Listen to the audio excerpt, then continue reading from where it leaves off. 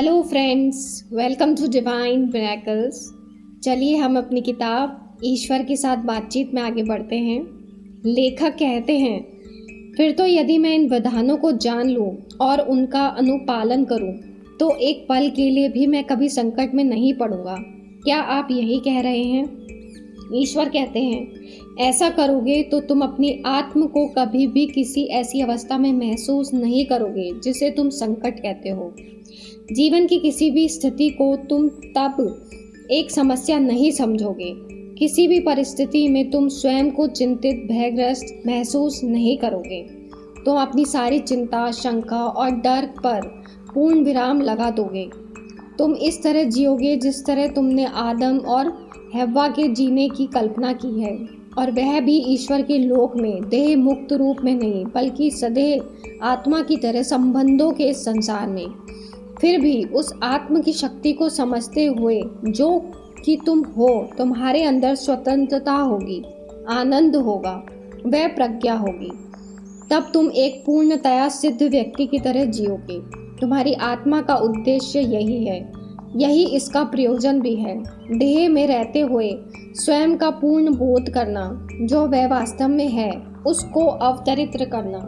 तुम्हारे लिए मेरी योजना यही है मेरी उच्चतम संकल्पना कि तुम्हारे माध्यम से मैं प्रत्यक्ष अनुभूति कर सकूं, कि इस तरह से अवधारणा अनुभव में बदले कि मैं अनुभव द्वारा स्वयं का बोध कर सकूं। ब्रह्मांड के विधान हैं जो मैंने निर्धारित किए हैं, वे परिपूर्ण तथा अदोष विधान हैं और भौतिक जगत के कार्यकल्पों में को परिपूर्ण ढंग से चलाते हैं। क्या तुमने एक हिमकर्ण से अधिक परिपूर्ण कोई चीज़ देखी है? उसकी जटिलता, उसका सुडौलपन, खुद के लिए उसकी अपनी अनुरूपता का तथा औरों के लिए अपनी मौलिकता का होना, सब कुछ एक रहस्य है। प्रकृति की इस आश्चर्यजनक नुमाइश पर तुम चकित हो जाया करते हो। अगर मैं एक हिमकर्ण में ऐसा चमत्कार कर सकता हूँ, तो सोचो कि इस ब्रह्मांड में मैं क्या कर सकता हूँ और क्या कुछ कर भी चुका हूँ। अगर तुमने इसके विशालतम पिंड से लेकर इसके शुद्धतम कण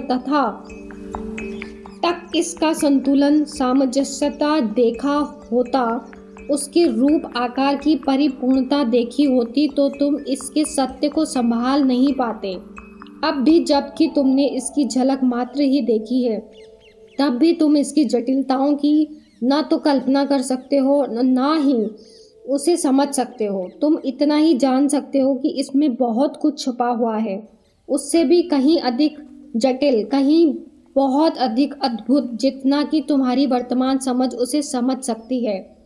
तुम्हारे शेक्सपियर ने यह बात बड़ी सुंदर शैली में कही है, आकाश में और पृथ्वी पर उससे भी कहीं ज़्यादा चीज़ें हैं जितनी कि तुम्हारे दर्शन शास्त्र में बताई गई है।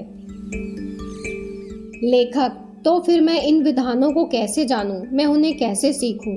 ईश्वर, महत्व मात्र सीखने का नहीं है, याद रखने का है।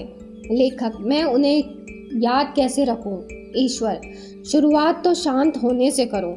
बाहरी संसार को शांत करो ताकि आंतरिक संसार तुम्हें दृष्टि प्रदान करे।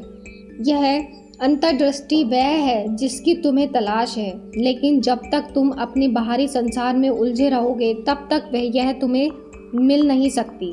इसलिए जितना अधिक हो सके उतना अधिक अपने अंदर उतरने की कोशिश करो, और जब तुम अपने अंदर न उतर रहे हो, तब अंदर से निकल आओ ताकि बाहरी संसार से भी समव्यवहार कर सको। इस स्वयं सिद्ध तथ्य को याद रखो। अगर अंदर नहीं जा रहे हो तो बाहर आ जाओ। इस सूत्र को अधिक निजी बनाने के लिए इसे प्रथम पुरुष रूप में दोहराया करो। अगर मैं भीतर नहीं जाता हूँ तो मैं बाहर चला जाता हूँ। सारा जीवन तुम बाहर ही रहते आए हो, लेकिन तुम्हें ऐसा करना नहीं पड़ा है, और ना ही तुमने ऐसा किया है। और कुछ नहीं है जो तुम नहीं हो सकते, ऐसा कुछ नहीं है जो तुम कर नहीं सकते, ऐसा कुछ नहीं है जो तुम पा नहीं सकते। लेखक, यह तो एक असंभव सा वादा लगता है। ईश्वर, किस और तरह का वादा तुम ईश्वर से लेना चाहते हो? अगर मैं किसी छोटी मोटी चीज़ का वादा तुमसे करता, तो क्या तुम मुझ में विश्वास रखते? हजारों वर्षों से लोग ईश्वर के वादों पर बिल्कुल अजीब कारण से अविश्वास करते आए हैं, और वह यह कि वे वादे इतने अच्छे थे कि सच नहीं हो सकते थे। इसलिए तुमने छोटे मोटे वादों को चुना, कमतर प्रेम को चुना, क्योंकि ईश्वर का सबसे ऊंचा वादा तो सर्वोच्च प्रेम में ही आता है। चूंकि तुम परिपूर्ण प्रेम की सोच भी नहीं सकते हो, इसलिए परिपूर्ण वादे की बात भी तुम्हारी सोच से बाहर ही रहती है, और इसलिए एक परिपूर्ण व्यक्ति होने की भी। इसलिए तुम खुद अपनी आत्मा पर भी भरोसा नहीं करते हो। इनमें से किसी भी बात पर विश्वास करने में विफल रहने का मतलब है ईश्वर पर विश्वास कर पाने में विफल रहना, क्योंकि ईश्वर में विश्वास ही ईश्वर के सर्वोत्तम उपहार बिना शर्त प्रेम में और ईश्वर के सबसे बड़े वादे असीम सामर्थ्य में विश्वास पैदा करता है। लेखक, क्या मैं यहाँ आपको टोक सकता हूँ? हालांकि जब ईश्वर अपनी बात कह रहा था हो तो उसे बीच में टोकना मुझे पसंद तो नहीं है, लेकिन इस असीम सामर्थ्य के बारे में मैंने पहले भी सुना है, लेकिन ये बात मानव अनुभव से मेल नहीं खाती है। सामान्य लोग के सामने आने वाली कठिनाइयों में फिलहाल हम एक तरफ रख भी दें तो भी उन लोगों का क्या जो पैदा ही सीमित मानसिक या सीमित शारीरिक क्षमता के साथ होते हैं, क्या उनकी सामर्थ्य भी असीमित होती है? ईश्वर, ऐसा तो तुमने ही अपने ग्रंथ में लिखा है कई तरह से और कई जगह पर। लेखक, मुझे कोई एक उदाहरण बताइए। ईश्वर, जरा देखो कि अपनी बाइबल में जेनेसिस के अध्याय 11 के पद 6 में तुमने क्या लिखा है। लेखक, उसमें लिखा है, और ईश्वर ने कहा, देखो मानव एक है, उन सब की भाषा एक है, लेकिन यह तो इस बात की शुरुआत है कि क्या कर सकते हैं। जो भी होने की वे कल्पना कर सकते हैं, वैसा होने से उन्हें कोई रोक नहीं सकता। लेखक, हाँ, तो क्या अब तुम उस बात पर विश्वास करोगे? लेकिन उनमें से उन लोगों के बारे में तो कुछ नहीं कहा गया जो सीमित सामर्थ्य वाले हैं, दुर्बल, असक्त और अपंग। ईश्वर, तो क्या तुम ऐसा मानते हो कि उनका ससीम होना उनकी अपनी ही मर्जी के तहत नहीं है? क्या तुम ऐसा मानते हो कि मनुष्य की आत्मा के सामने आने वाली समस्याएं वे जैसी भी हो यूं ही इत्तेफाक से आ जाती है?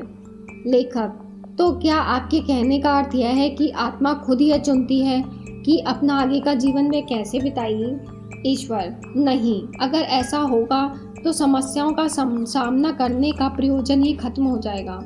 इसका प्रयोजन है कि तुम्हारे अनुभव को रचना और इस तरह तुम्हारे आत्म को रचना, वह भी अब के महत्वशाली पल में। इसलिए जीवन का जो अनुभव तुम करते हो उसका चयन तुम उसके होने से पहले नहीं कर सकते। हाँ, जिनके साथ तुम अनुभव को पैदा करोगे उन लोगों को, स्थानों को और घटनाओं को, यानी उन अवस्थाओं को, परिस्थितियों को, चुनौतियों और बाधाओं को, उन अवसरों और विकल्पों को तुम चुन सकते हो। बिल्कुल वैसे ही जैसे तुम अपने बिछौने का रंग, अपनी पेटी के लिए औजार और अपनी दुकान के लिए मशीनरी चुन सकते हो। इन चीज़ों के साथ तुम क्या करते हो यह तुम्हें पर निर्भर करता है। यही है जीवनचर्या। जो तुम चयन करते हो उसे करने की तुम्हारी सामर्थ्य असीम है। ऐसा मत मान बैठो कि जिस आत्मा का किसी शरीर में अवतरण हुआ है और जिसे कि तुम सीमित कह रहे हो वह अपनी पूरी सामर्थ्य तक नहीं पहुंची है, क्योंकि तुम यह नहीं जानते ही नहीं हो कि वह आत्मा क्या करने का प्रयास कर रही है। उसके एजेंडे को तुम समझ ही नहीं रहे होते हो। उसका मंसूबा तुम्हें साफ तौर पर दिखाई ही नहीं देता है। इसीलिए हर व्यक्ति को और हर स्थिति को मंगलकारी मानो, उसका धन्यवाद दो। इस प्रकार तुम ईश्वर की सृष्टि की परिपूर्णता को स्वीकार करोगे और उसमें अपना विश्वास प्रकट करोगे, क्योंकि ईश्वर की सृष्टि में इत्तेफाक से कुछ नहीं होता है। इसमें संयोग जैसी कोई बात नहीं होती है और ना ही इस संसार में दैवीय योग से उपहारों की बरसात होती है और ना ही कुछ ऐसा होता है जिसे तुम भाग्य कहते हो। लेकिन एक हिमकण अपने डिज़ाइन में पूरी तरह अदोष व परिपूर्ण होता है। तो क्या तुम ऐसे नहीं समझते कि यही बात हर उस चीज़ के बारे में कही जा सकती है जो कि तुम्हारे जीवन में प्रकट हो रही है? लेखक, लेकिन जीसस ने भी तो बीमारों को चंगा किया था। अगर उन बीमारों की दशा अपने आप में इतनी परिपूर्ण थी तो उन्होंने उन्हें चंगा क्यों किया? ईश्वर, जीसस ने जिन लोगों को चंगा किया उनको इसलिए चंगा नहीं किया कि उन्हें उनकी दशा अपरिपूर्ण लग रही थी। जिन लोगों को उन्होंने चंगा किया उनको इसलिए चंगा किया क्योंकि उन्होंने देखा कि वे आत्माएं अपनी प्रक्रिया के तहत चंगा होने के लिए आग्रह कर रही थी। जीसस ने उनकी प्रक्रिया की परिपूर्णता को देखा था, आत्माओं की मंशा को उन्होंने पहचाना था और समझा था।